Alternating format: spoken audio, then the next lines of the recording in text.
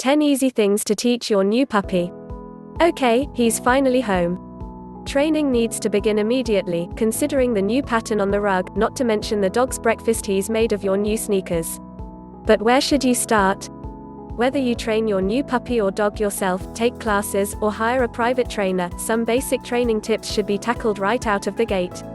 These top 10 tips from professional dog trainers at the top of their game will help get you going. Tip number 1: choose your dog's name wisely and be respectful of it.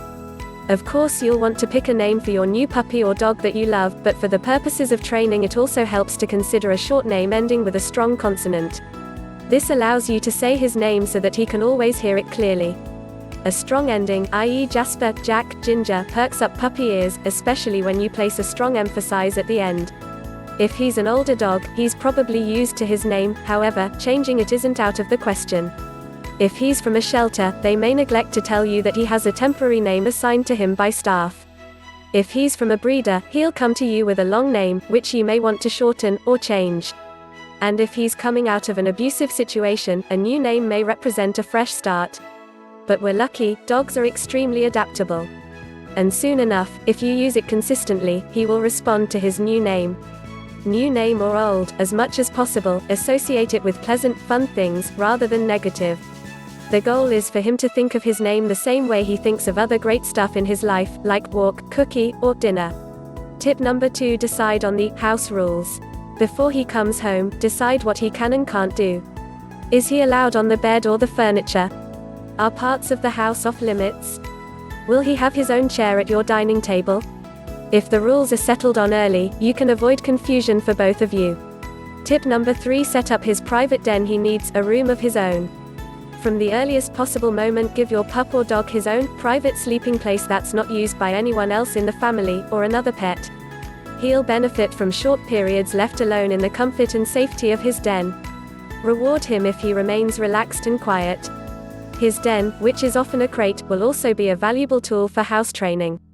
Tip number 4: help him relax when he comes home. When your puppy gets home, give him a warm hot water bottle and put a ticking clock near his sleeping area. This imitates the heat and heartbeat of his litter mates and will soothe him in his new environment. This may be even more important for a new dog from a busy, loud shelter who's had a rough time early on. Whatever you can do to help him get comfortable in his new home will be good for both of you. Tip number 5: teach him to come when called. Come, Jasper. Good boy. Teaching him to come is the command to be mastered first and foremost.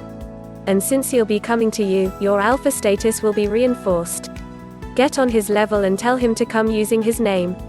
When he does, make a big deal using positive reinforcement. Then try it when he's busy with something interesting. You'll really see the benefits of perfecting this command early as he gets older.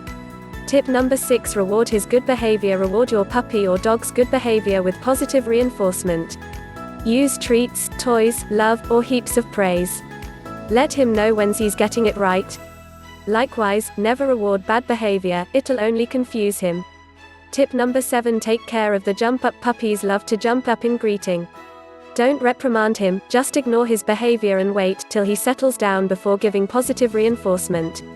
Never encourage jumping behavior by patting or praising your dog when he's in a jumping up position. Turn your back on him and pay him no attention. Tip number 8: teach him on dog time. Puppies and dogs live in the moment. 2 minutes after they've done something, it's forgotten about. When he's doing something bad, try your chosen training technique right away so he has a chance to make the association between the behavior and the correction. Consistent repetition will reinforce what he's learned. Tip number 9: discourage him from biting or nipping instead of scolding him. A great way to put off your mouthy canine is to pretend that you're in great pain when he's biting or nipping you. He'll be so surprised he's likely to stop immediately. If this doesn't work, try trading a chew toy for your hand or pant leg. The swap trick also works when he's into your favorite shoes. He'll prefer a toy or bone anyway. If all else fails, break up the biting behavior, and then just ignore him. Tip number 10: end training sessions on a positive note. Excellent boy. Good job, Jasper. He's worked hard to please you throughout the training. Leave him with lots of praise, a treat, some petting, or 5 minutes of play. This guarantees he'll show up at his next class with his tail wagging, ready to work. If the above tips were helpful and you would like some additional information on how to train your puppy, click on the link in the description.